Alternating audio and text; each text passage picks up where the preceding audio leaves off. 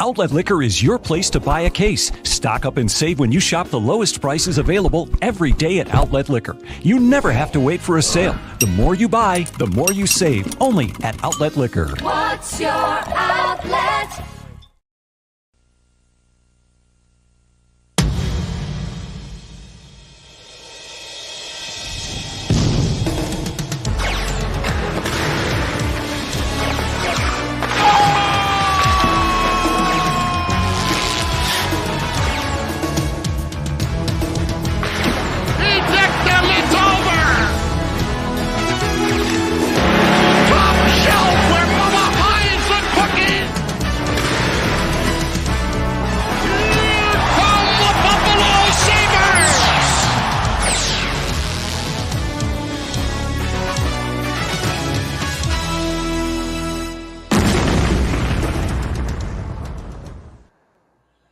Welcome, everybody, to episode 132 of Two Goalies, One Mic. I am Duane, here joined by Hurls, and hopefully soon Johnny Cullen. We will have to wait and see. But I digress. A lot to talk about. Specifically, as you pointed out in when we were texting yesterday, Connor, the latest from Matthew Fairburn from The Athletic, and his roster projections, and kind of did a deep dive into the depth of the team and what to expect for next season. Yeah, I think it's that time of year that I think getting into that discussion is a good thing to do, because it seems pretty clear that the guys that they have right now are going to be the guys that are there opening night. And the line discussions, I think, is a good conversation to start at. I think we all know who the top line is going to be. It was one of the best lines in the league last year in Tage, Alex Tuch, and Jeff Skinner. They have a lot of chemistry. They produced at an incredible rate last season. I think they were a top five number one line in the league last season. I don't think anyone thought that was going to happen. So starting right there, I think, is a great place to go. Like, I guess the question comes down to, is there any type of discussion of breaking them up? I personally say no, given how well they play together. But I think it's at least worth discussing. Like, what would you do if you were to even it out a little bit? Yeah, there's no chance in hell, I think, that you're breaking up that top line unless they just randomly really struggle. They were the third highest scoring team in the National Hockey League last season, second highest scoring in the division. In my opinion, possibly the toughest division in hockey. While I don't think it got insanely better, it also just didn't. I don't think it got worse.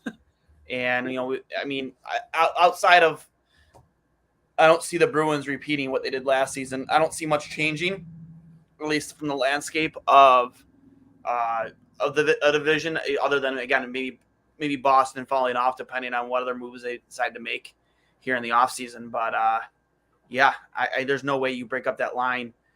Every team that, if you're expected to contend for the playoffs, you need that stud first line where, you can almost depend on them to create opportunities and scoring chances every single time they're on the ice and keep the other team pinned in their own end. And that's what that line did consistently last year.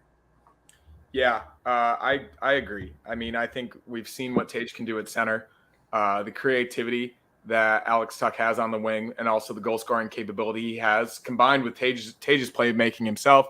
And then we know what Jeff Skinner's good at. He's good at scoring goals, and he also has an element of playmaking creativity himself. So I think all three players really, really feed off of each other, and they know each other's tendencies. They know where each other's going to be. You saw all of the incredible goals that they scored. Like, they're not just scoring, like, garbage goals in front of the net. They're scoring highlight reel goals from all three guys, maybe less so Jeff Skinner because he's being set up and he doesn't necessarily have that type of skating and stick handling ability that Tuch and Thompson do. But the three of them together are producing some of the more insane goals in the history of this franchise over the past season and a half. So to take that type of ability away from the top line, I think would be a disservice to all of them. I think they all like playing together. I think it's reinvigorated Jeff Skinner's love for the game. You saw how happy he was doing in between two stalls last season. Like his personality's coming out. We all love to see him smile, and him being on a line with two 25-year-olds who are as talented as Tage Thompson and Alex Tuch is the best possible thing that could have made his $9 million a year contract actually worth it. Like after what happened with Ralph Kruger, putting him to the fourth line, benching him, scratching him, publicly trashing him, I don't think any of us thought that Jeff Skinner's $9 million a year contract for the next 4 or 5 seasons was potentially ever going to be worth it again. But the way he's playing and the way he's projecting, and especially who his line mates are now, it legitimately will be worth it if he keeps up this pace. So I think we can all agree that that's a really, really good thing. And I don't think he's going to be like Kyle Okposo age when that contract is up with, too. No. He still probably have a couple good years left in him. No, and the way he plays, like he's a grinder. Healthy. Like he's healthy. And he scores goals. And he's a durable guy. He hasn't missed many games in his career. And you see him get in there. You see him to get into scuffles. He thrives on getting under people's skin. He's like the toughest guy on that line. So it's the perfect line. He's a scrappy guy. It's the perfect line. You can't break it up. So I think all of us can just rest easy at night knowing that Skinner, Tage, and Tuch will be together, and you can just write home about that one and not worry about it. I mean, he's 31. Birthday he'll be 32 in September. Wait, no, sorry. That's not his birthday. His birthday is in May. No, so he will hit 1,000 games by the age of 30, at the age of 31. As long, knock on wood, he plays this entire season. He will hit 1,000 games. Coming from a guy who just turned 31 this past Thursday, that means a lot. Happy belated birthday, bud. Thank you. I got a shutout 3-0 on my 31st birthday last week. Actually. Cool. My team lost 6-2. Well, at least be happy for me there, because that was a men's league shutout doesn't come around that often. No, they're tough to come by, especially at age 31, because I consider that. I think actually in all sports, once you hit 30 run, you're in the twilight of your career, no matter what sport you're playing. Maybe not in golf, but just about every other major sport, you can consider your 31st season or your age 31st season to be oh, I'm out of my prime now, So at least mentally for me, that was nice. But from Jeff Skinner's perspective, I don't see him slowing down for at least the next 34 seasons. I made an absolute, even though we lost, I made a highlight reel ESPN top 10 glove save Sunday night too. Well, windmill? No. So they had a kid that was an absolute, this is a team we normally beat, a lot to a little, but, they play hard and, always a fun game when we play the Pylons, but good group of guys. You never have issues with them. You know what I mean? Just really laid back guys. But they had a ringer this time around, an absolute ringer. Hands down, I would say easily the best skater, overall player, probably in our entire league, in the weekend day division. I don't even think that's even, the kid, he was like the Sidney Crosby of men's league. He skated through everybody, flipping the puck up on his stick, tapping it around. Anything he could do, he did it at will. It was just wild. And we play, we have a pretty good team. We don't ever play up to our potential, but, it's men's league. I would say it felt, watching us play on Sunday night, it felt like half our team was either just not engaged at all and maybe the other half was drunk. It was bad. It was like a lopsided skate and shoot in my end, which is very abnormal for when we play these guys. But whatever.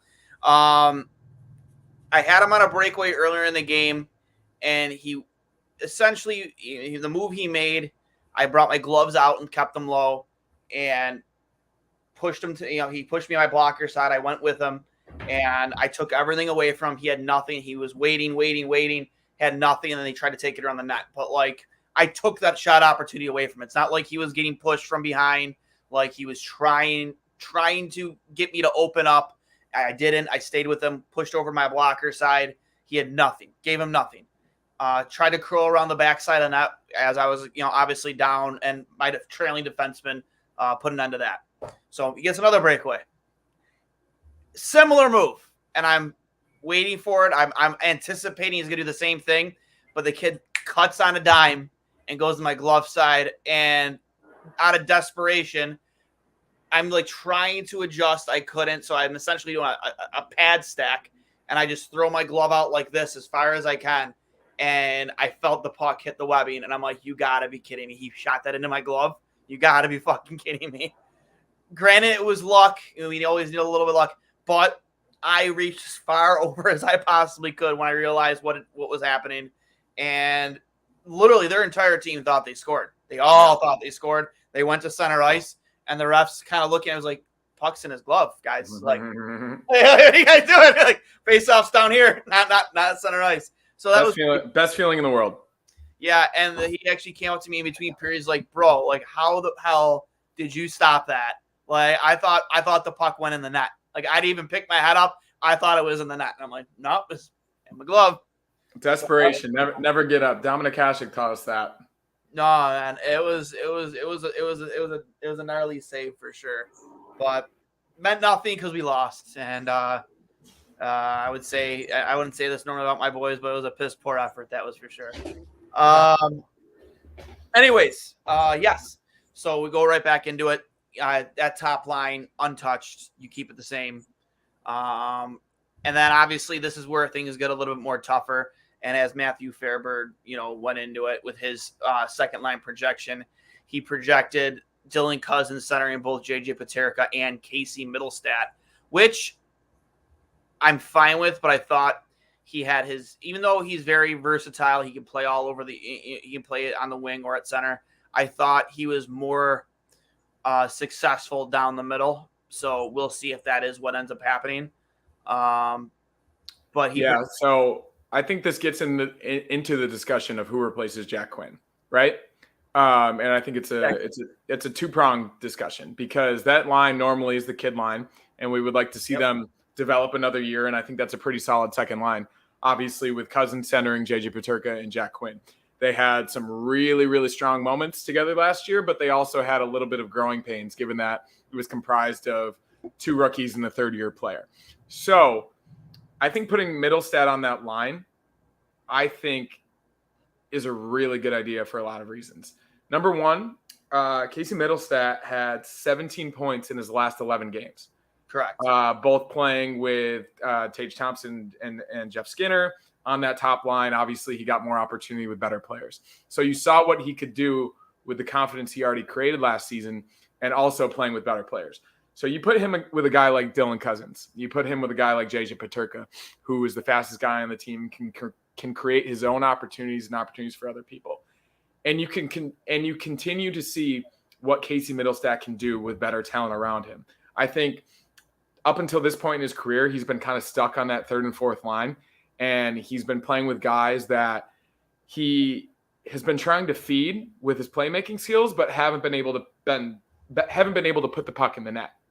So I think you put him in the best opportunity to succeed as you possibly can, given what you saw the production from him when you did that at the end of last season. I personally think that's a really, really good idea, and I hope they do that to begin the season. I think he was one of the best players, or very best players at primary assists, 5-on-5. Per 60. Per 60. Yep. He had 59 points in 82 games, and he's the only guy in the team that played all 82 games last season. Yep. So that says something about one of the biggest knocks on him is durability, right? Like he was always seen as mark with him.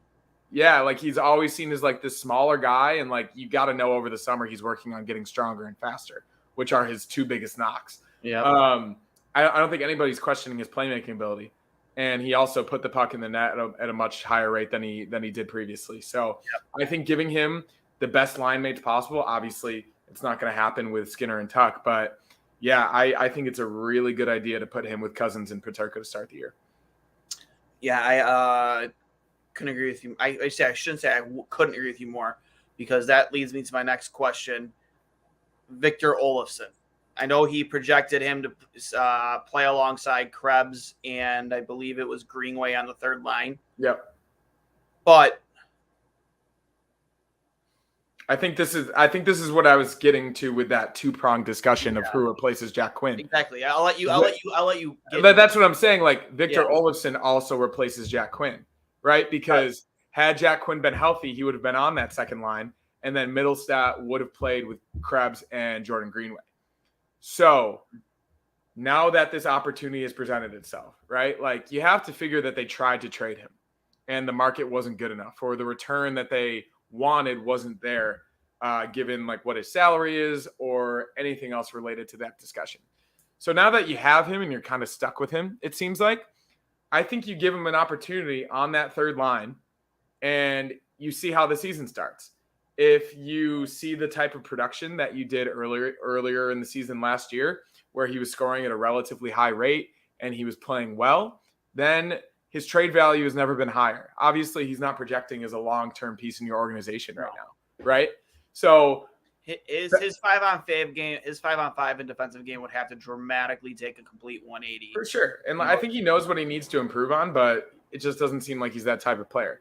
So you put him on that third line with two pretty good players in Krebs and Jordan Greenway.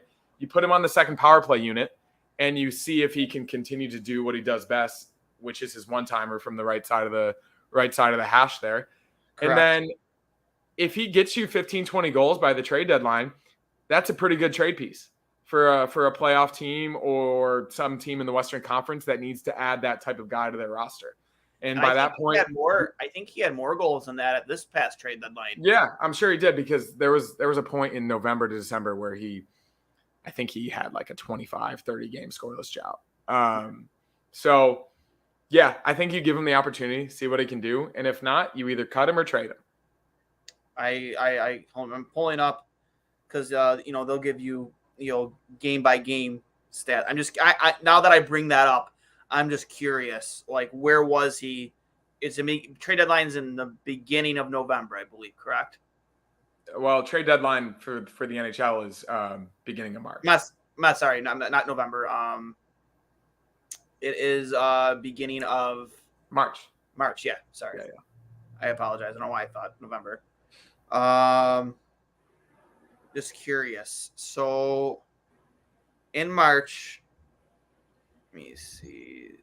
Started the season, and like I said, there was a point where he went on a complete tear. Season started. Why?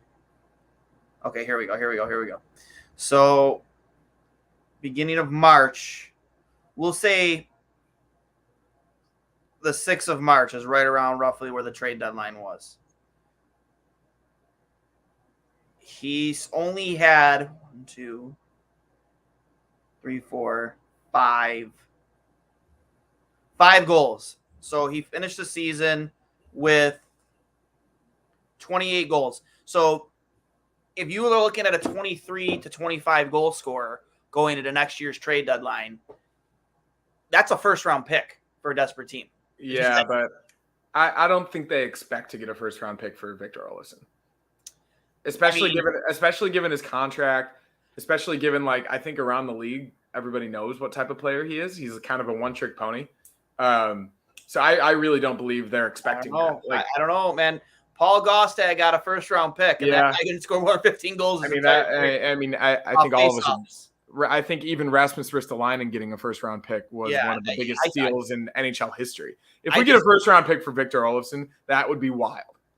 I don't think it'd be that wild. I do, but that's only going to happen if he scores 25 goals. Which teams always overpay at the deadline. They will always overpay. It really depends on the need and the fit, right? Like if there's a team that like had a guy get injured, for instance, on their first power play unit, and they need a guy on the right hash, or they need a guy to fulfill that type of role, like maybe a specific type situation would be good for that. But like Victor Olofsson getting a first round pick, I think would be really, really crazy. Regardless, though, like that's best case scenario.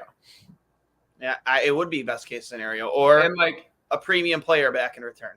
Yeah, and for instance, like you ship him out, Jack Quinn comes in, that opens room for maybe Kulik down the stretch, maybe Matthew Savoy, who knows? I just think that like playing now that you've tried to get rid of him and you couldn't, and you have an open spot in your forward group, given that you didn't bring anyone in, I think giving him this opportunity, what's the worst thing that could happen? He's the same player you thought he was, and you trade him anyway, or you cut him. I think that giving him this opportunity on the third line or maybe even the second line, putting Mitts with Krebs and Greenway. I think giving him an opportunity to do what he does best, which is score goals, is not the worst thing in the world. Yeah. I just, for me personally, I just think that teams will always overpay at the deadline, especially for a guy who can put the puck in the net. And for sure. But I think like that line of Greenway, Krebs, and Olofsson is a pretty well-rounded line. Like we've seen the type of game that Peyton Krebs plays now. He has a much more physical presence than he used to. You know what type of passer he is. Even Fairburn said in his article, he's probably the best passer on the team. Yeah. Jordan Greenway, another year in Donnie's system. He's 6'6". He's going to give you that physical game that you need on the third line, and he can also score some goals as well. I would say you need more from Greenway because he didn't get a lot of physical play. And I think that's why they traded for him, right? Because they didn't have that type of player on the roster yet. So hopefully he enhances his physical game. So you've got a playmaker, you've got a physical presence, and then you've got a guy that's good at scoring goals. So those three together on your third line, obviously it's not the best third line in the league, but I don't think anyone expected our third line to be one of the best third lines in the league. Those three guys together potentially could find some chemistry. Like I honestly believe. I hope so. You sound a little. I'm not as optimistic as you. No, but like that's kind of what we have right now, right? Unless you start with Savoy or Kulik instead of Olofsson, but then you have $4.5 million on your bench. I mean. I don't know. I just the team, the game is just so much built on speed. I'm not saying those guys are slow, but hands down, Peyton Krebs is the quickest guy on that line. Yeah, like, Olofsson isn't really much known for his speed, and Greenway again isn't. I'm not saying he's slow, but he's big, he's bulky. I would say though, you make up the speed with the other three lines. You'd hope so. You'd hope so. Like that second line, aside from Middlestad, is one of the fastest lines in the league. I just think that if that line is going to succeed, it's not going to be in transition. It's going to be getting pucks deep, winning battles, and getting pucks into the danger areas in front of the net. That's where I think that team that line will be successful. It's not going to be built on speed. That is but you saw how good Krebs was at that specific thing later in the year, like getting into the corner and making plays out front. Like Olofsson can park himself in the slot on that line for all we care. Greenway and Krebs can get down low, hopefully forecheck and win some puck battles and get it over to Olofsson, who hopefully can do what he does best at a high rate. So I really don't mind it. And then you get to the fourth line, which I think we all know what it's going to be given the deals that they signed this offseason. All one-year deals. They all bought in to come back for that specific role with Tyson Jost centering Kyle Okposo and Zemgus Girgensons. I think a lot of fans are kind of sick of seeing Girgensons and Okposo like in the exact same role on the team again. They've been there for so long. But when you look at the underlying numbers of what they do best, which is be responsible defensively, on a team that's not very responsible defensively, that type of role is needed from those guys. And I've said this about Girgensons a couple times. I'm just like, I understand the frustration with Okposo. You kind of thought this might be his final year. I get why they bring him back. He's good in the room. I just can't imagine he is a full-time player this season. You can't expect that from him. I mean, if he's healthy, and I mean, that's saying a lot given his concussion history and everything else. He's slow. He's objectively slow, but the defensive responsibility, especially in your own zone from your forward group, is a big deal. Like these guys, like, of course you want them to create more chances than they're giving up. Like, of course we don't want them to be hemmed in their own end the entire game, but they proved last season that they can get pucks deep, that they can grind out a forecheck, and they're kind of good at what they do. They're not going to give you 25, 30 goals, but they were responsible defensively last season. Yeah, but he's also saying a lot for a team that didn't have that. He's also a year older now. I mean, so is Girgensons, who's not necessarily the youngest guy of the group, but I think Tyson Jost also is a lot younger and he has some energy and he complements those two guys well. So, of course, I would say you would hope that Jost fills in for what Krebs was on that line for so long. For sure. And I mean, you saw some offensive upside from him last season too. Yeah, for sure. So I think that, I mean, even Okposo talked about it. He even said, like, he wants to find more opportunities. He still has a good shot. Like he had a few goals. He had a few goals last season that I think took a lot of people by surprise, but like he still has offensive talent. He's just as slow as molasses. So I think, of course, like it'll be pretty apparent in the first 2 months if he doesn't have it, right? And if he doesn't have it, you have a guy like Yuri Kulik you can bring up. You have a guy like Lucas Rusek or maybe even Savoy before he goes to the World Juniors. I think you kind of play it by ear and you have options, but at least starting that with your dependable fourth line is not the worst thing in the world. No, I just there were a more than a handful of times last season. I watched just about every game. I'd say out of 82 games, whether I was there live or at home watching it, I watched probably 80 out of 82 games. You know what I mean? Yep. Whether it was at 7 o'clock in the morning on replay, you know, from an 11 o'clock, 10 o'clock start, whatever it was the night before. Like I watched pretty much every game. And there was more than a handful of times where Kyle would have 3 or 4 steps on the guy on a back check and he would get beat to the puck every time. Or, you know, in a race for the puck in the offensive zone and he would get beat to the puck every time. That's what worries me with him. Being a year older, I'm not taking away from what he can do offensively. He's a big body. He plays physical. He stands up for his teammates. He's everything you want a captain. And I don't take away from that at all. I'm just here playing devil's advocate. Like that is invaluable on any team. But I just don't see him playing, even if he stays healthy, an 82-game season this year. Yeah.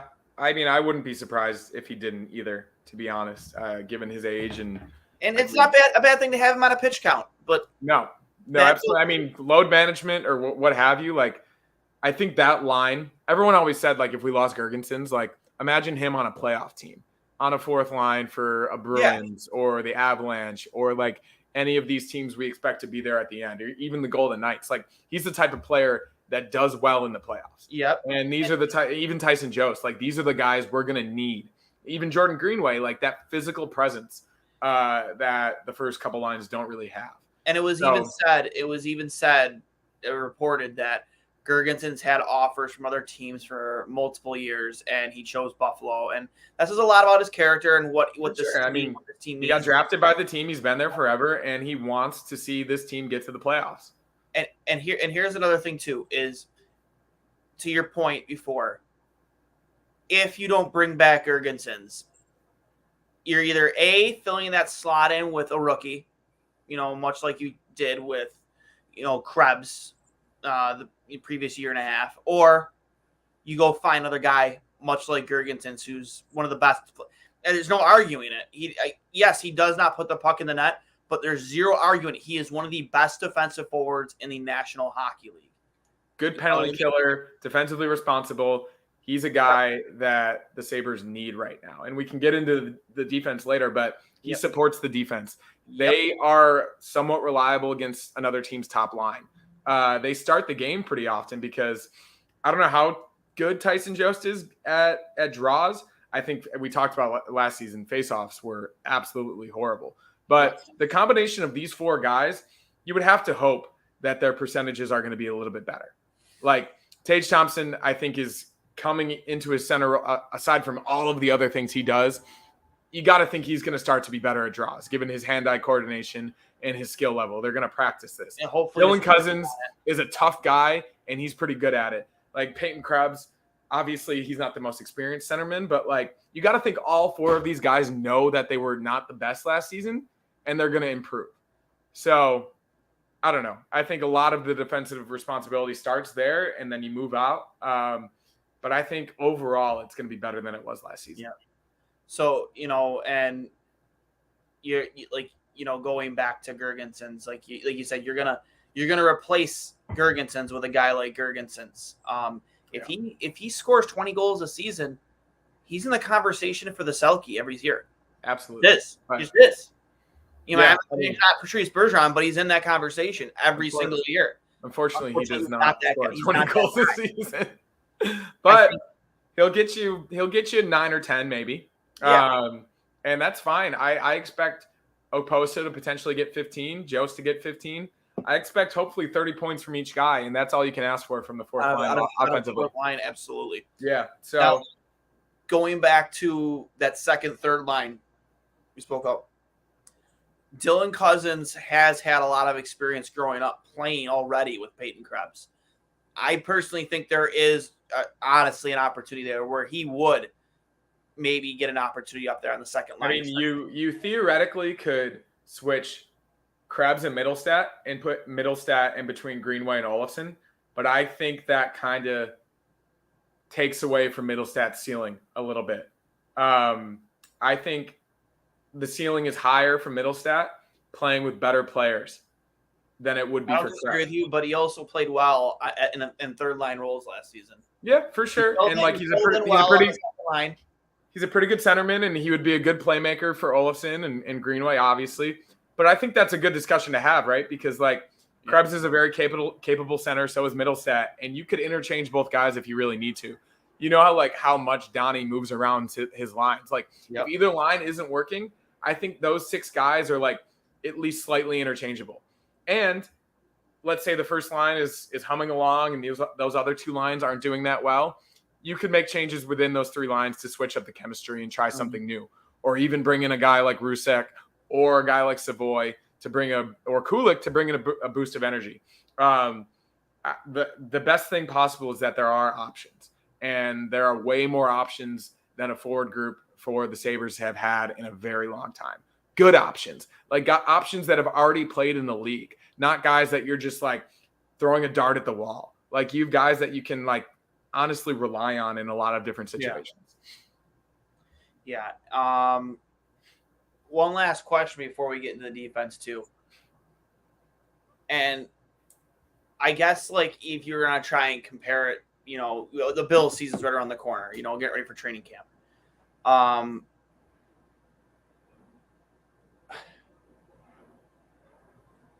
I've had fun talking about the forward groups and the possibilities, but I think this team offensively is going to be a lot more exciting 2 or 3 years from now, maybe even the following year, when these young players that we have are ready to make the jump to pro, when you have Kulik and Savoy here, and maybe even Benson. What scares me about this being the lineup that we go into next season with is we saw how much injuries hurt us last year when they did happen. When Tage Thompson was not the same player post All-Star break because he hurt I think it was his back. I want to say it was his back, or was it his back? Yeah, it was his back. A back injury going into the All-Star break. And then there was another small thing that was lingering with him even after the fact. Darlene's injury. What scares the shit out of me, and you could say this about the Bills last season when they lost Von Miller, how dramatically it can change a team, is what if you lose one of your 2 big dogs in Tage or Darlene? We saw what happened with this team with Eichel when he got hurt in practice. He didn't even play the game yet. He got, tied up with Gergensons during a drill, and it was an ankle sprain. And he was out, and people say that might have been the reason why Tim Murray lost his job, because of all the expectations of that season, and he did nothing to address it to start the year. Is this team a Tage or Darlene injury away from complete disaster? I mean, I think you could say that for almost any team in the league. Like, if you lose your 1 or 2 best players, like, I don't think any team or any organization is prepared for that. You never want that to happen. If the Bills lost Josh Allen, the season is over. Yeah, season's over. If the Bills, I think the good part about the Sabres is that, the good part about hockey is that if the Sabres lost Tage Thompson, Dylan Cousins is your number 1 center. You put Mitz as your number 2, Krebs as your number 3, and then you fill in the roster with more depth than you've had in a long time. Like, you have these prospects, you have the AHL, you have these guys that can slot in. Dylan Cousins could be a number 1 center for a lot of teams in the NHL. Like, that's where his projection is. And the fact that the Sabres have 2 potentially number 1 centers for the next 7 to 10 years is a luxury. So I think Tage, of course, that would be horrible, but Dylan Cousins can slot into that role and you'd be fine. Yeah. Rasmus Dahlin gets hurt. Obviously horrible. But Owen Power is a potentially number 1 star defenseman. You slot him in, and now you also have 10 NHL defensemen under contract. Obviously, they're not going to go into the season like that because you can't have that. A trade is going to happen, and who knows what that trade is going to be for. Hopefully, maybe they bring in more forward depth, maybe another goalie. We'll see. But I think the cool part about it is that, especially with your top two players, obviously Tage and Dahlin, you have younger guys right below them that could slot into those roles. Like, the season is not over if Tage Thompson goes down for 2 months. The season's not over if Rasmus Dahlin goes down for 2 or 3 months. Of course, it's horrible, and you don't want that to happen. But I think there is enough depth there, and there is enough skill up and down the roster that hasn't been there for a long time. So to answer your question, no, it's not doom and gloom. It's not as doom and gloom as a Josh Allen or Stephon Diggs injury would be. Okay. You answered my question. I think that you just don't replace what Tage Thompson does with Dylan Cousins. No, you don't, but it's not as bad as it would have been in the past. Okay. Yeah, it worries me because, granted, yes, offensively, we were one of the better teams in the league last year. Obviously, defensively, it's a different story. But I think so much was generated from that top line, and those three pieces just work so well together that if the biggest piece of those three goes down, can Dylan Cousins carry that weight? And, because he's a much different player than Tage Thompson. He just is. Yep. Tage Thompson has, hands gifted with unbelievable hands, an unbelievable shot, whereas Dylan had the ability to score a highlight goal here or there, but he really, gets into those dirty areas of the game, and that's how he honestly scores a lot of, from below the face-off dots, gets into those areas that not many players. He also had a lot of highlight reel goals himself. He did. He did. I think that goal against, I forget, it was, I think maybe the Senators, where he was on 2-on-1, and a forward was on D, and he toe drags around the guy and goes top shelf. The overtime goal against the Islanders, where he bats it out of midair on a breakaway and scores on Sorokin. Like, the dude is only going to get better. Like, he had 68 points, I think. Yeah, 68 points in his third full season in the league. And you can just tell he's, like, we call him the workhorse from Whitehorse. He's only going to get stronger. Yeah. And I honestly believe he's going to develop into a 1B center in the National Hockey League. He might already even be that. Yeah, I put him around probably 35 to 40 goals next season, but I guess I wasn't trying to take away from saying he's not a skilled player. But when you compare him to Tage, he's just a different type of player. They're just two way different types of players. Yeah, but I think he's a point per game guy. Yeah, so fashionably late. Actually, he's not even there right now. No, I'm here. I didn't know if you had me. I was going to get my phone. Yeah, no. Fashionably late as ever. Johnny Cullen will join the show. It was a very important phone call, if that makes it any better, like potential job and implications down the road. No, it's fine. It's fine, bud. It's fine. It's a career advancement phone call, Duane. Hey, there we go. It's all good, Kelly. We're just getting into the defense here. Oh, you guys, I was cleaning out. I had to shampoo the carpets, and look at this beauty I found. We made this then when I coached that Thunder Junior A team for the player of the game. What do you give it? You know how across the league they do like jackets, pilot jackets, whatever. What do you give this? Out of 10. Out of 10? That's got to be a 9. Player of the game helmet. 8 or 9. Hey, I get an 8 for sure. Okay. An 8. No, thank you. Continue. 8.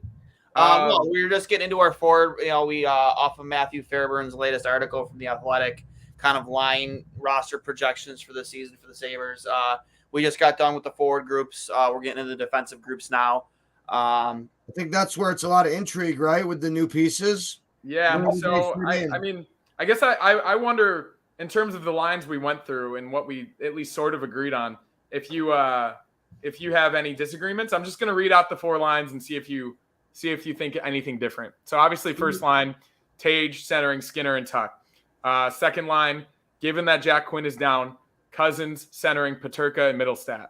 I think Middlestat potentially deserves that opportunity. Third line, Krebs centering Greenway, and now that he's still there, Victor Olofsson.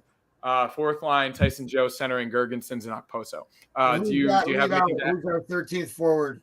13th forward would probably be Rusek. I like that. And even to start the year, Savoy. And depending on camp, yeah, it's always good to have surprises. Here's my dark horse. I like that. And Duane, I mentioned this to you before. What about Kulik? Like, I'm really high on him, guys. I think he replaces Olofsson in a way that's more physical and the better all-around game. Well, he would have to beat him out in training camp, right? I mean, you've heard the whispers, right? Like, yeah, and I think that's a discussion you have in late September. Like, if he proves in training camp and the preseason that he's a better version of Olofsson, then you either waive Victor Olofsson or you do whatever you can to trade him, because you don't want $4.5 million sitting on your bench. Is he on our trade block right now, Duane? Yeah. I mean, yeah, he's 100% phone calls on him. I think the draft. I think there were offers on the table at the draft, or even before the start of free agency. I agree. I heard the same thing. Kevin Adams had a value for him that he wasn't going to budge from, and he didn't budge from it. I just, like I said, I'm interested for training camp. You know what I mean? I'm going to go to this prospects camp if my schedule allows. That will be sweet. That just got announced today, right? Yep, the prospect showcase is returning to Buffalo. Maybe we can get a little live show down there after. You know what I mean? That'd be fun as hell. Yeah. Right, so did a defense. Sorry about that. Nope. No. In the middle of the show, I'll call you back. Love you. Hockey dad, dude. I've been playing phone tag with him all day. Continue. What's the defense looking like? Well, I mean, I think it's pretty obvious what that first pairing is, right? It's obviously Dahlin and Samuelsson. I don't think you mess with that, right? Hey, if it ain't broke, don't fucking fix it, right? Yep. And Samuelsson, I think it proved how valuable he is in a team when he's in the lineup. You saw their record when he wasn't in the lineup, and how lopsided it was. Number, dude. Yeah, he's the perfect complement to Rasmus Dahlin. Yeah, and it makes it even better that they were taken in the same draft, different types of players. Samuelsson seems like he is the absolute best guy in the locker room. I don't know if you've seen loves him. Everyone flips it like word about him. Like his dry humor is like unbelievable. The dude is the most responsible defensive defenseman that we've had in a long time. That he's physical. Way. He's as good of a stronghold as you could possibly want. And then that second line, I think, is pretty clear cut too. The second pairing in Owen Power and Connor Clifton. Yeah, I don't see, barring injury, I don't see Eric Johnson sliding into that second. I think that he's a 5'6", 5'7", man. I love him, but I just think Duane, with where he's at with his legs, what do you think? He's a 5'6" guy for sure. I think he's a bubble 6. But given what if he comes out and has a great camp? Duane could be right. Maybe he just has that click with Power. You know what I mean? That could happen. I don't think there's any reason he should not be on your third pairing this season. Oh yeah, I have him in the lineup. I would just there's no way he falls out of it unless his game completely takes a big nosedive. We know what we have in Yoki Haru. You know what you have in Babushkin, even though he played a lot injured, I believe, last year. Stillman, he had some bright spots. The guy's obviously not afraid to, stand up for his teammates, fight. That's a good seventh defenseman to have. Yeah. So for me, it's Eric Johnson and who? I mean, it really comes down to who is the better camp, right? Yoki Haru or Labushkin. Somebody's getting traded. Somebody's getting traded. There's no you're carrying this many. I mean, Fairburn brought it up. Like, the guy with the highest trade value is without a doubt Yoki Haru. Yes, I agree. I don't think Yoki Haru is going anywhere. You guys really think Labushkin and Jack Johnson can play together? Jack Johnson? Yeah, sorry. I'm so sorry. I do. I would say that's not a bad third pairing. Like, I'm just saying. I think we saw what Labushkin can do, right? He's a very physical presence. He has a pretty good shot from the point. Yep. He does have like a little bit of offensive upside when he really want him to. And he's going to play, it's good. Yeah, and Eric Johnson is that responsible, stay-at-home defenseman that you want. He's been in the league for 15 years. He's won a cup. He was a former number 1 overall pick. He can mentor Dahlin and Power in a way that like not a lot of other guys could. I think Having him in the room and pairing him. What's his upside, Duane? Yoki Haru, he's not a guy. I mean, he can carry the puck out of the zone, but he's not. That's not the guy you want carrying the puck out of the zone. I mean, he's a good puck mover. He's a good puck mover, right? Move the puck. Yeah. But what do you want out of your 5'6"? Sorry, go ahead, Duane. He's not physical, so you can't really expect that from him. And what bugs me about Henry is I see a little Rasmus Ristolainen in it when it comes to his decision making. Or his awareness in front of the net. Yes, exactly. Yeah, what about Lyubushkin? Don't you see a little bit there too? Sometimes he has some fuck ups. He jumps into play when he shouldn't. They both have that in their game. No, I think there's more. There's more to be desired right now from Lyubushkin because we didn't actually get a full season from him, a healthy season. What was the injury, Duane? I'm sorry, I'm ignorant on that. He blocked a lot of shots. Yeah, I know he did. I wasn't ever aware of what. I mean, after he had the season. Did they name what it was? He had an ankle. He had a hand. Yeah, he had a leg injury. He had a lot of stuff. He was banged up. I knew he was banged up, but that's fucking real banged up. Yeah, that's like a double all-nighter at Vegas banged up. You know what I mean? He had 3 different injuries last season. Damn. Yeah. Well, you're right. That brings up a good point. I mean, what does a healthy Lyubushkin look like, and how does that last pair fill out? I think too, like what if what's it called? What if Clifton comes in as just all world? And I don't know. I think Donnie's good. And the assistant coaches that are handling the back end have done a good job. I just wonder, the way you guys talked about it was great. Who, like Darlene Samuelson, like who is that for Owen Power? And I think organizationally, you have to think about satisfying like the Darlenes, the Powers of your organization, right? I mean, it's got to be Clifton, given what you paid for him. Yeah, I think it's Clifton. No doubt about it. I mean, if it's not Clifton, it's Eric Johnson. But I think the clear-cut choice between those two, it's Connor Clifton. Yeah. Logic. He hits everything that moves. He plays an honest game defensively. He's not gonna wow you offensively. But last season he was a 20-point scorer. I liked him in Boston as a third pairing defenseman. He was really solid. A third pairing defenseman who didn't get any power play time. He had 20 points. So he was good on their kill though too, Duane. Yes. Like I remember him getting. You're right. He didn't get special team times up power play, but he killed a lot and he was great. So I would expect playing with a much bigger talent in Owen Power, given more opportunity, more ice time. I wouldn't be surprised to see that number jump up 10, 15 points. I mean, he's definitely going to time on ice is going to go up this year. Huh? His average time on ice is going to go up like a minute this year. I'm not saying he's going to get power play time. He probably won't. But like 60, jumping from 12, 13 to 16 is a jump. You know what I mean? Yeah, it's a huge jump every night for sure.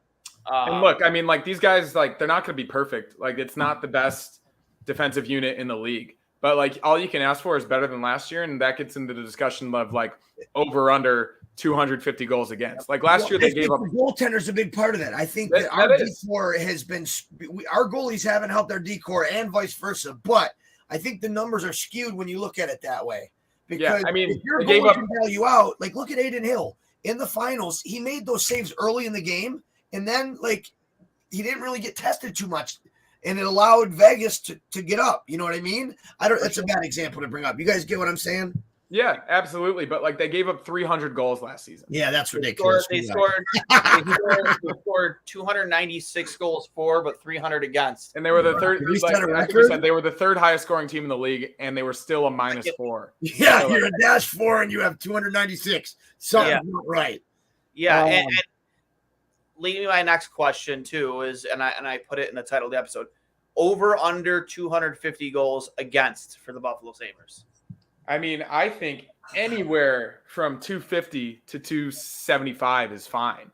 Can I ask a caveat to that question? Like if Devin Levi plays close to 50 games, I'd say under. Yeah, I would say under too. I would say under as well. And you'd hope that the defense supports him in the way that you need him to, right? Like they would even be way more responsible than they already would have been, given that it's a rookie goaltender. Yeah. Well, not quite a rookie. You got to remember, like he gets those couple games last year, but just to be in the room, right? For sure. Like that, I think that those 7 games were invaluable. Him and know, like, oh fuck, dude, this kid's a stud. And to have, like, we know him personally, and he's the type of kid that's not gonna not work. He's one that's gonna only make himself better and make everybody else better. I think we have a bright spot, and nothing against UPL, but you got to remember, right after his best year, he won goalie of the year in the OHL. He had double hip surgery. Devin is healthy, knock on wood. I think he makes this an under. I'm taking the under all day, Duane. Yeah, and here's another thing with me too is, we've talked about in our chat. Like I said, I am not a UPL stan, but I think given that the expectation is defensively and 5-on-5, you're going to be better. The role UPL will be playing will be more consistent. I assume. I mean, we don't know what's going to go on with Comrie, but assuming that Levi and UPL, it's their jobs to lose, going into camp, there's going to be more confidence there for Ukko-Pekka Luukkonen. And I think up here is his biggest issue. I don't think it was really much health last year. Up here was his biggest issue. Yeah, you saw moments of him being himself again physically. I'll give you that. But yeah, it wasn't Like, enough, and that goes back to what you said. It's up here. Good point. We were talking to Drury the other day, and Drury said flat out, he goes, the guy who calls for the Guelph Storm, he goes, every single week there was a new highlight reel save, top 5 saves, and UPL was always near the top. The guy was just days in Sudbury? Back when he was in the Sudbury. Yes. He dominated that league. And trust me, that is not a goalie-friendly league. Just watch any of my former games, and I got lit up. Like, he was so good. But Duane, that even proves my point, dude. That double labrum surgery is a death sentence for goalies. I hate to say this. I had a kid. He obviously wasn't going to go pro, but he had already had D3 talks at 19, 18. Like, maybe would have went like low end D1, like Atlantic Division. But he had double hip surgery at 19. Career over, Duane. Done. Yeah, it's not something you come back for. Your hips are so crucial, and we have 3 goalies in this chat. We all know.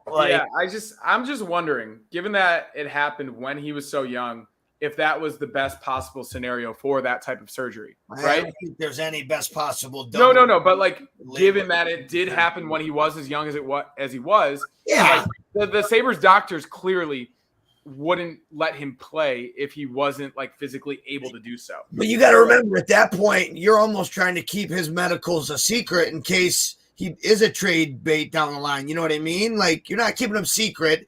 People are going to know his health, but it's not like you're shopping that information around. I don't know. He's already your property at that point from a general manager point of view. Like, you just don't know with injuries. Sometimes guys, it doesn't slow them down. Sometimes. So, I mean, the thing with him, though, like, at least positionally, like, I thought he moved well last season. Like, with a double hip surgery, I guess the biggest thing would be, like, moving across your net, like, getting side to side. Like, we see how good Levi is at that. I think UPL's strength last season was some of the highlight reel saves he made. I think he got beat far too often with, like, actual shots from the slot or coming down the wing or rebounds or anything like that. I thought when you look at him as a goalie, like, he moves pretty well, especially for a guy who had double hip surgery less than 2 years ago. Yeah, I just think Duane hit the nail on the head. Like, you got to have that every night. And if you don't, like, he's not an NHL goalie. You know what I mean? I hate to say it. Can he regain that form? I don't know. Well, like, I guess the good thing. I'm not a UPL guy. I think it's Devin's crease. I think that's. No, I don't think anybody's arguing that. It's Devin's not. But I think UPL will thrive more given he'll know his role going into the season. Did you have a mouth fart just now? Duane, did you just fart out of your mouth? No, I just had a tickle in my throat. What did you say? I think he knows his role going into the season. You know, there was 4 goalies essentially in the rotation last year once Devin came into the picture. You know, Devin being given the wheel at the end of that year with playoffs on the line. I mean, how do you question whether or not he's the starting goalie? He's not. He is. Devin's the starting goalie. Sorry. You're driving me nuts right No, dude, it's back up. It almost felt like that me. That's what I get for moving my chair. But anyways, so I think Devin gets no less than 50 starts next season. You're stealing my number. Hey, let's play this one. What's over under? Like, what's your number of starts that he gets? I'm going 56. I'm gonna go 54. I personally say under, but that's just me thinking that they're going to be a little bit more conservative than we hope they are with him. I think he performs well. He continues to improve, but I think they're at least hoping for more from UPL, number one. And number two, if it's not him, that they trade for a guy either this summer or before the deadline to give Levi a tiny bit more support than another guy that hasn't been that reliable so far. Like, I think a lot of fans are worried. But I would bet the house on that they do not make a fucking move. It's Levi's crease until we see what happens. I just think that's a bit. I don't think it's confident. Anybody. I think the people that talk about adding Hellebuck. You guys need to stop talking over each other. Cully, you gotta let him talk. I just think that, like, as confident as we are in Devin Levi, that's a slippery slope. Like, relying on a guy who we all are very unsure about, given his injury history and his lack of consistency since he's been in the NHL as his primary backup, I think is a very slippery slope going into a season where it's playoffs or bust. I don't disagree, but I guess I'm in the minority that I feel comfortable with those two as your goalies next year. I just do. Yeah, I just do. Those are two solid. I'm slightly less than comfortable. Slightly. I think that, knowing what we know about Devin, Cully mentioned earlier, personally, we know him, all the stuff you hear about him, it's true, like off the ice. He's the guy ever. He is a maniac about his diet. He is a maniac about stretching, like everything about him, how he takes care of his body. Duane. Like literally, man, he treats the way, he doesn't put garbage in his body. He's constantly training. I think he's built to be a guy that, and here's the other thing. If they didn't have that type of confidence in them from day one, they wouldn't have ridden him when the season meant the most. No, for sure. That many games in a row. So I see that, given that he has that experience now and going into this season with a much better expected team in front of him, at least defensively, I put him at no less than 50 starts. That's how I feel. I think that's your horse. You're going to ride your horse. This might not be the old days of the NHL where you got Marty Brodeur starting 70-something games a year. But at his age, his type of confidence, you saw it after that Rangers game the Rangers, where, he let in 6 and he was all smiles afterwards.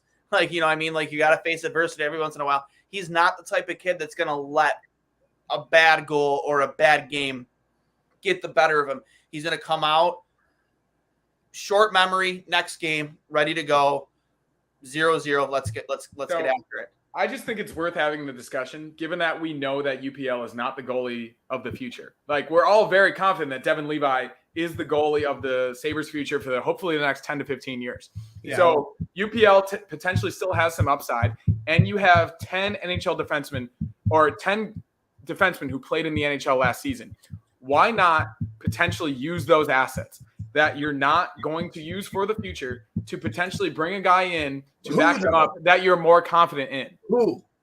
Give me a name, and then I'll have the hypothetical with you. John Gibson.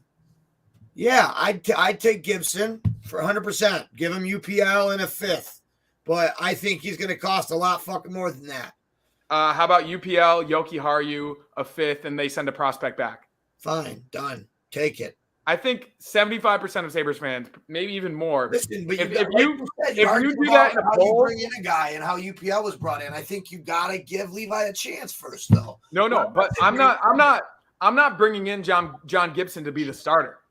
I'm bringing in John Gibson to maybe go Levi 45 and Gibson 35.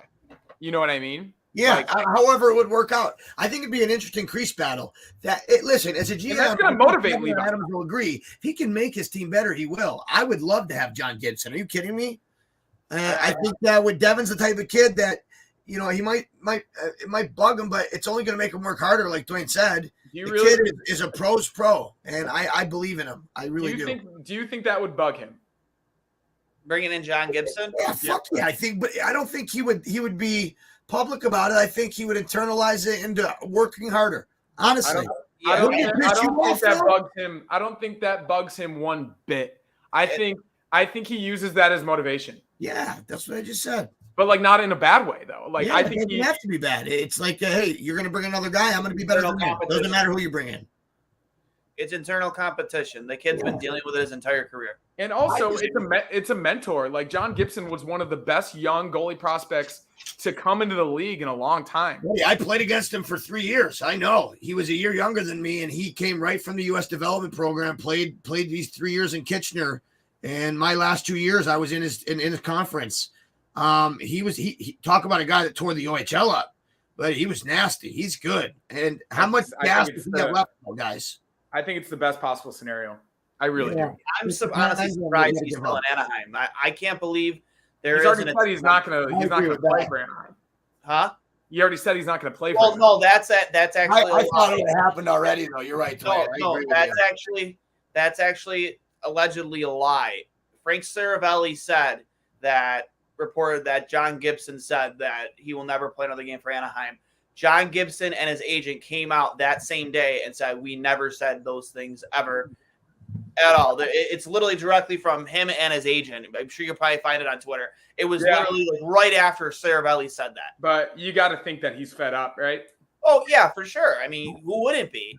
But he's been on one of the worst defensive teams for a long time. They did get better. They did get a little better in the offseason. They did go get Radko Gudas, which, I mean, you can't deny that's going to help your team defensively. Makes you a lot tougher, that's for sure. But that team, I wanted Radko for us, guys. I'm not going to lie. I really did. Yeah. I'm not upset about Clifton. I wanted Radko Gudas in the worst way. Yeah. Would have been great. I just think that a European defenseman like that with the group that we have that's as tough as he is, he would have been great for our guys. I agree. I think what we got is pretty good. I don't know. I just think that it's a missed opportunity if they don't use their assets to improve the room, right? I think we all know your hypothetical was a light hypothetical. I think Anaheim's going to hold out for something better. I don't think they're going to get a better deal than that. Wait, would you take that trade? UPL and a fifth and Yoki Haru for what else? What was the deal you said? It was UPL, Yoki Haru, and a fifth for Gibson and maybe a sixth from Anaheim. How much money is Gibson making right now? I'll look it up, but I can't be more than 6. I think Anaheim takes that if Buffalo retains the entire sale. You know what I mean? They have the room. Huh? They have the room to do that. Yeah. You'd have to take on his entire salary. He's making 6.4. And for how much longer? Let's see. 6.4. John Gibson. Until 26, 27. There's no fucking way I'm paying him till. And he's got a modified no trade clause. No way am I paying John Gibson $6.4 million a year. Yeah, dude. No way. Nope. I'll pass. I stand where I did before, man. It's definitely my if Anaheim retained, sure, we'll talk that. Duane, would you take it if they retained half some way, somehow? Yeah, 100%. Right? 100%. There's no way I'm paying him $6.5 million. Well, I think they're in a rebuilding position that they absolutely would do that. Who, Anaheim? Yeah. Yeah. Oh, for sure. Yeah. If they're willing to retain half that salary, yeah, I'm all over that for sure. But I'm not paying John Gibson $6.5 million a year. So that's a discussion. No way. That's a discussion you have though, because you're getting a young goalie prospect who potentially could be good down the line to pair with Stolar, who they currently have. Not a fucking. I think he's at the point now where what's UPL ceiling? Maybe he could be a good. I don't know. I think that ship sailed. Him being a true 1A. Don't you guys? Yeah, I agree, and that's why it's maybe you try to get something for him. Yeah, I just think we'd have to probably add something to And that. Yoki Haru in there. Yeah, but even if it's not Yoki Haru, maybe it's like one of your other prospects. Maybe it's Rosine, and you get a prospect back from the Ducks. I'm just saying, like, using the surplus that the Sabres haven't had in a long time to potentially improve your goalie room in a season where it's playoff or bust should be a priority. Yeah. So that makes sense, though. That makes sense. Yeah, I'm confident. I'm confident in Levi. I'm confident in Levi, but I'm not confident in that. EPO. So I think you do whatever you can to improve that backup spot. So I have him at 54 games. Johnny, you said 56. And I say closer to like 48. 48. Okay. Well, it's kind of all over the board there. I asked over under 50. 2 for over, 1 for under. Asked earlier, goals against 250 or over under 250. Everybody agreed under 250.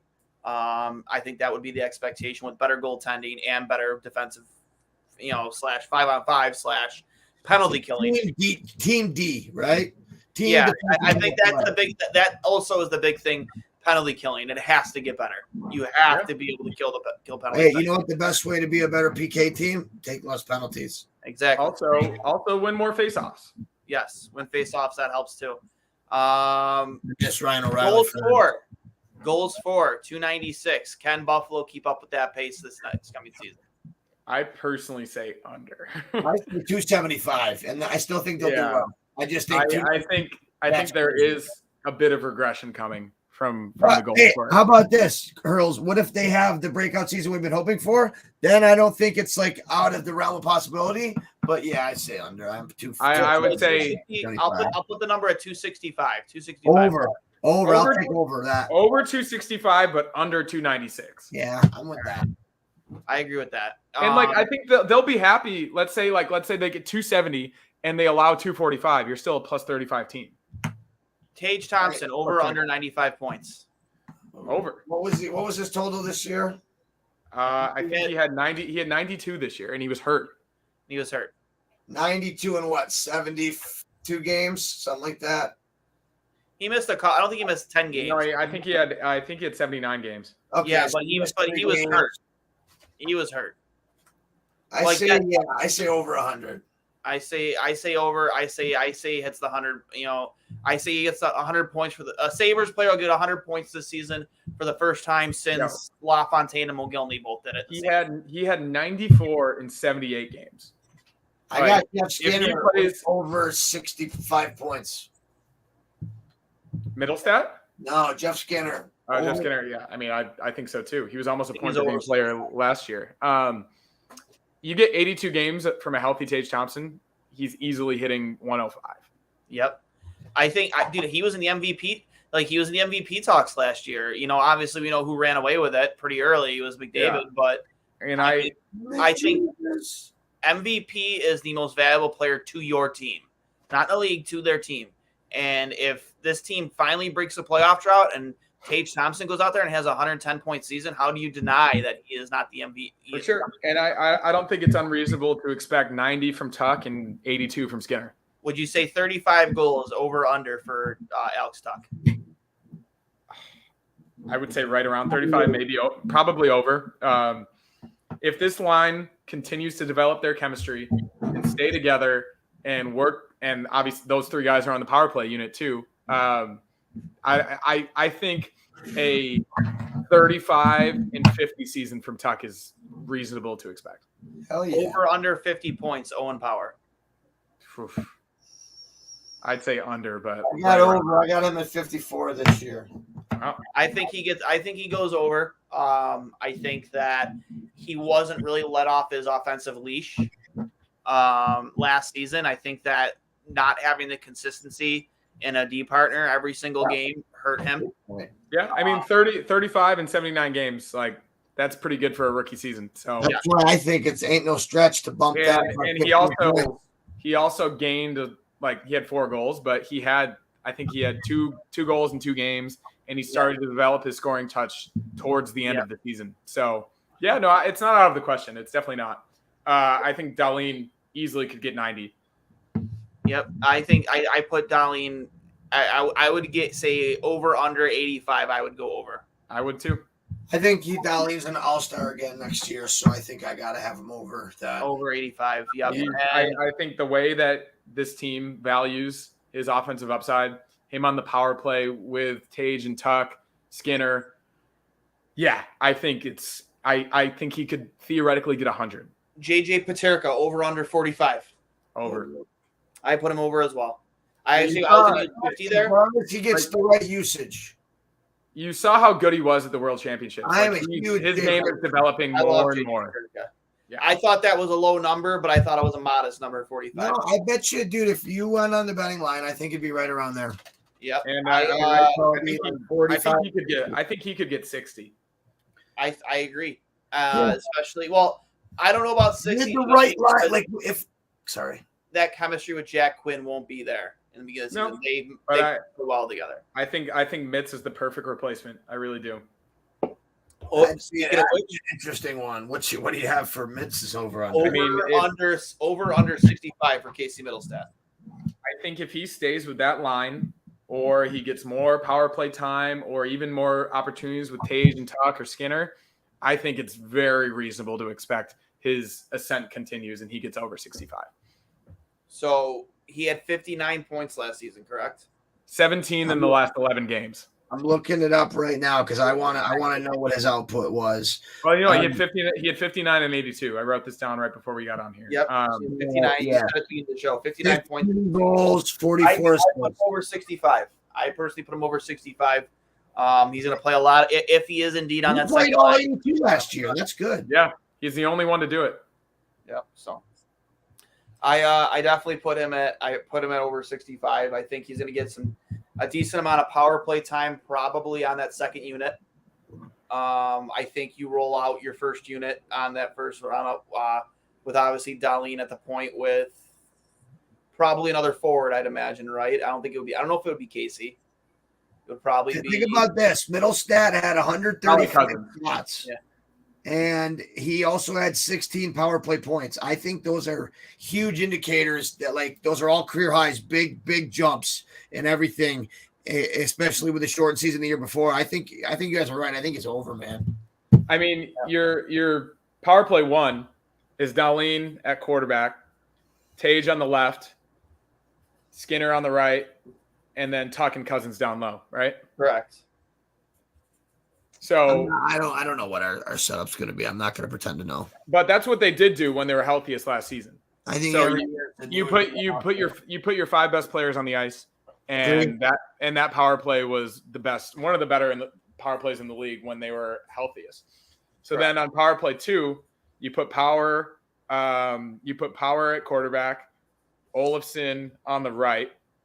Then it's Olofsson on that. I mean, then it's I guess Middlestat, Paterka, and maybe Krebs.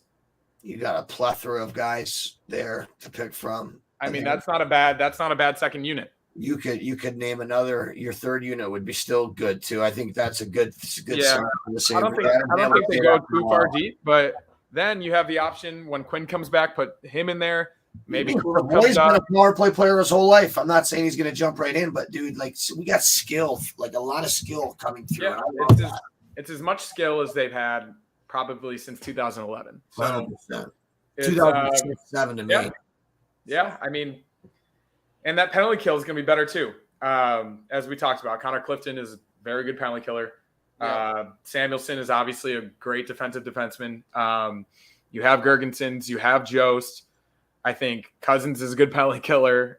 Krebs can play penalty kill. You have a lot of guys you can slot in there. So, as we talked about, options. There's some still names out there. Not to rush into it. We're getting ready to wrap up here, but there's still some other names out there in free agency too that we've seen kind of floated around. The biggest name being Erik Karlsson, most rumored to probably go to Pittsburgh. Well, that would have to be a trade, right? Yes. I'm sorry, free agency. I apologize. Free agent, so, biggest guy still out there on the block would be Tarasenko, Patrick Kane, but Kane is, probably going to hold out until training camp when he's injured. I mean, probably even later than that from what I hear. I don't know. We'll see. The article that came out on ESPN, Wyshynski wrote one up, basically interviewed his agent. He basically says he's going to take as much time as he needs to get 100% healthy, and then he's going to have his pick of the litter of who he wants to join. Yeah. So this article written. What about Matt Dumba? Did he sign yet? Nope, Matt Dumba's still out there available. I think the Sabres are about done adding on defense, though. Yeah, Patrick I Kane? don't see. What'd you say? Patrick Kane.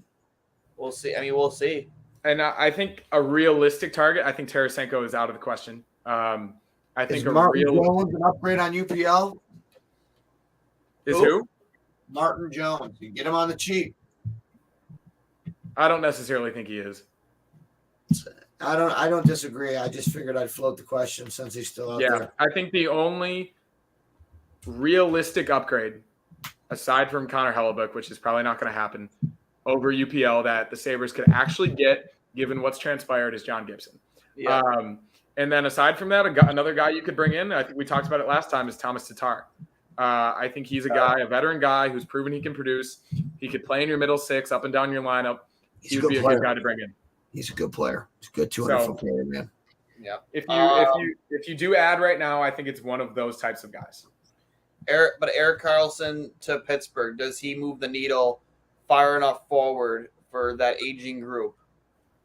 I mean, in order for them to make another push. I don't want to ever count out Sidney Crosby, so there's always that. But I think you see it with Boston. I think you see closing windows there in Pittsburgh. I think you see him in Washington. So that's a good question, Duane. I don't ever want to count Sidney Crosby out, though. I personally think Karlsson is going to end up with the Hurricanes. And that leaves an interesting discussion about Brett Pesce. Yep. Because they're not going to re-sign him, given that they already have Slavin, and I think Karlsson comes in there to pair with Brett Burns again. Do you trade for Brett Pesce? Could you imagine that top four? This is what I'm saying. Like, that's the type of thing. You go through a bunch of horny hypotheticals. No, Brett Pesce's been rumored to go to the Sabres for a while. And they have called on him. You think about the connections that Adams has to that organization.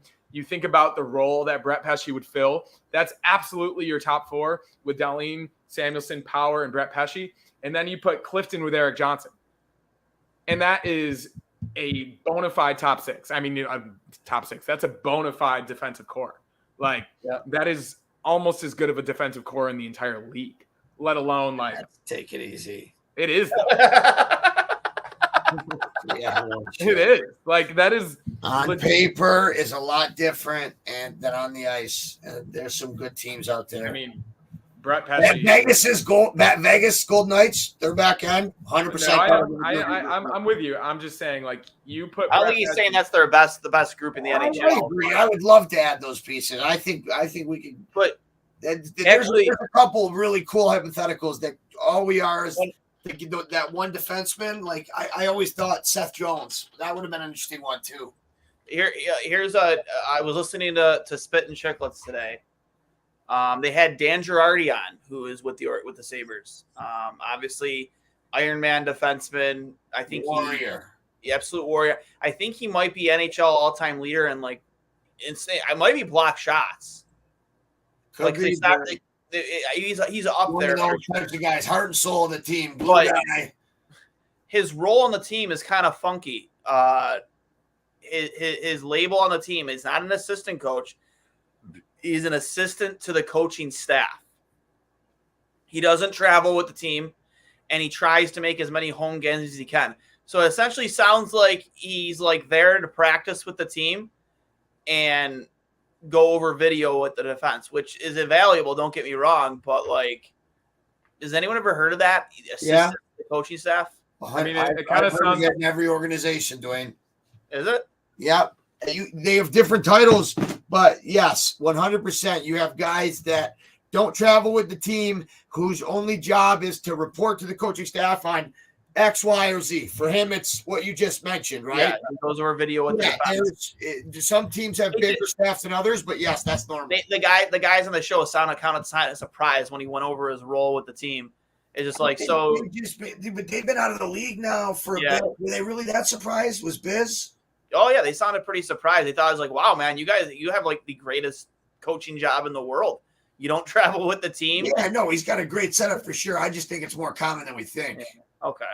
And that is the dream job, though. Yeah, right. I mean, it sounds like Dwight Schrute, like assistant to the regional manager. No, Yeah, you just come to home games. You get to go up in the box. You know, have a couple hot dogs, whatever. We've talked about it. I don't think this coaching staff is nearly as good as it could be. I think they had all the pieces to be a lot better within their own organization until they let them walk away. Yeah, it's kind of unfortunate, but Like that is what it is. I mean, I agree. You see what happens. You see what happens with Pace and Prospel down in the AHL, and maybe they are grooming them to come up eventually. Who knows? Yeah, hey, don't worry, we got Matt Ellis. Well, hey, all faith in Donnie Meatballs, and then we'll go from there. I think we all can be happy that Ralph Kruger and Phil Housley and Dan Bilesma and Stop it! Ted Newton. I just think that we have a good coach that the players love. We can just be happy with that. The only other NHL news over the last 48 hours would be the Gail Chenyuk news. This is personal for me. I'm out on this. You're out on this? I love you guys. Yeah, no comment for me. No comments from Johnny Cullen and Gail Chenyuk. I just hope he's healthy and in good spirits. Well, that's we're not here to shit on Alex Galchenyuk. I know. I just had a tough day with dealing with it. He came out with a statement today apologizing to fans and I read it. People. It was accepted accountability, and he entered the program, the player assistance program, which is good. Should have been there before. I just wish. All I'll say is this: I take that back. That's wrong of me to say. I hope Alex gets back to being a healthy, happy Alex, because he was fun to be around, and he was like a little brother to me. And he was Yakupov's interpreter, so a lot of good, fond memories with him. It hurts to see him in this situation, so it's home to me. But I got to go. I love you, boys. I'll let you finish this story up. All right. That was Johnny Cullen making his, rare appearance, I guess, as of late, but Gail Chenyuk entering the players assistance program. He's been a little bit of a suitcase around the league. He's played on so many different teams. Yeah, you got to think that gets to you mentally, right? Well, that, and I guess Johnny has maybe a little more detailed information from playing with them in juniors, but good to see him get the assistance that he's, number one, accepting accountability. Not playing the victim, accepting accountability. That's big. Whether that's a PR move or an own personal move. I read the statement. Yeah, I read these statements all the time because this is the type of story that we do. That was one of the better statements I've read. I agree. You can make it sound as genuine as it want, and everyone's going to say it's just for PR. But you can tell he wrote that. He had to know that he really messed up, and I think it gets to the point where it's your career is going to go one way or another at this point, right? You're either going to accept accountability and get help and change your ways and realize you have a problem and accept it and try to work on it, or your life is going to spiral down into a very dark path. So it seems like he's at least working towards the former, and that's the best thing you can hope for. And we've seen other players enter that program too. Carey Price, Spencer Knight, now Alex Galchenyuk. It's just good that it's there, and it's actually one of the best things the NHL does. So, and I hope that, given that statement, and I could tell that it was genuine and that he wrote it himself. It wasn't dictated to him by an agent or anything like that, or something for PR. He truly meant it. I hope that when he gets out, and as Johnny stated, that he's a healthier version of himself and happier, that he does catch on to another team and maybe get another chance, because everybody deserves a second chance. And we don't know what types of demons he's dealt with throughout his life. We all know people in our in different walks of life that have dealt with things that we didn't necessarily know were privy to or knew about. I know I have. I don't know what you. I'm assuming you have. I think we all have. And thankfully, it took him hitting rock bottom and getting to a really, terrible situation for him to realize that he needed help, and he's going to get it. And happy that he's accepting accountability and going to get help and become healthier and a better version of himself. Yeah, absolutely. So I think it's a good example for a lot of younger players to look at and realize that being a professional athlete isn't the easiest thing in the world. Like, these guys are exposed to a lot of different influences. They are exposed to a lot of pressure. Of course, money's money, but at the end of the day, like, if you're not happy and you're facing a lot of different inward demons, like, you can go down a really, really dark path. So, and he even said it, the decisions he made and the mistakes he made are preventing him from doing the thing that he loves the most, and that's playing hockey. You know what I mean? Granted, yeah, he's not going to have a paycheck, sure, but he wants to play hockey because that's what he loves. Yeah. No, I think he's young enough that, given that he's addressing this now, he'll be able to figure it out, and hopefully he'll be better off for it. Agreed. So, who else was in his draft year? The Galchenyuk draft year. Yeah, what year? I almost want to say that might have been the Girgensons' year. 2013? No, I don't know. I think he might be even younger than that. So, yeah, I don't know. If it was 13, then it's Ekblad and Sam Reinhart and maybe no, I could be wrong on that. But either way. I actually, it might have been the Ristolainen draft year. I'll look right now. Alex Galchenyuk, age 29. He was drafted he was a third overall pick in 2012, actually. So, players ahead of him, I can't remember in 2012. Yakupov. That was the Nail Yakupov draft. Oof. Yeah. Yakupov, Galchenyuk goes number 3. Sabres take Girgensons. It was the Girgensons draft then, okay. Yeah. I want to say the Sabres might have even had 2 first-round picks that year. They didn't, but they took Jake McCabe in the second round. Or maybe they did have 2 first-round picks. Either way. Yeah. It would have been actually the year they might have had 2, I think. Oh, no, they took Grigorenko and Girgensons. Yeah. Yes, Grigorenko, correct. Yeah. Played junior hockey for Patrick Ramparts. Yep. Patrick Waugh was the head coach. And then I want to say the following year, the year after that, was the year that we took both Zadorov and Ristolainen in the same draft. Yes. So, but I got any final thoughts?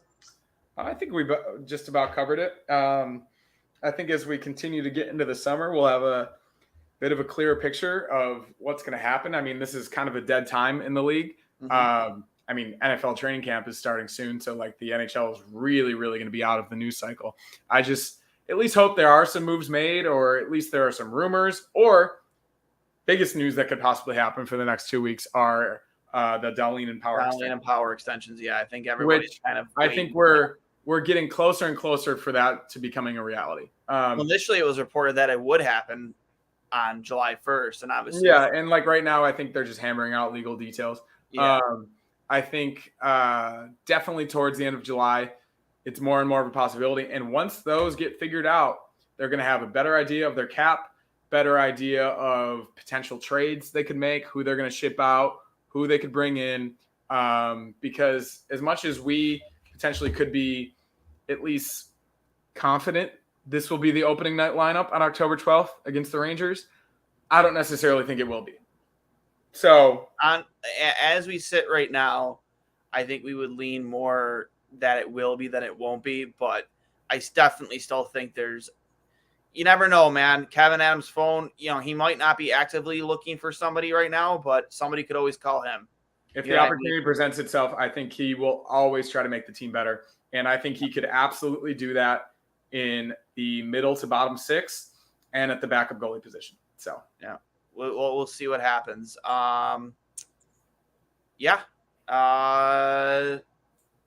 What's today's date? Today is it was just 7/16 day. So today is July 18th. The 18th. So obviously July 18th, getting closer to August. I don't know how many days closer to the start of the season. Can't wait.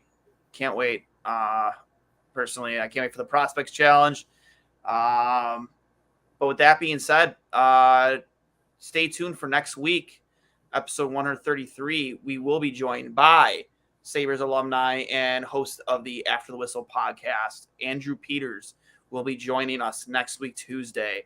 And sooner rather than later, Matthew Fairburn, who we discussed his article tonight on the show. He will be joining us too at some point, hopefully here fairly soon. So, but next week, Tuesday, big announcement. Andrew Peters will be joining the show for a second time. And maybe we'll touch on some of the stuff we talked about today.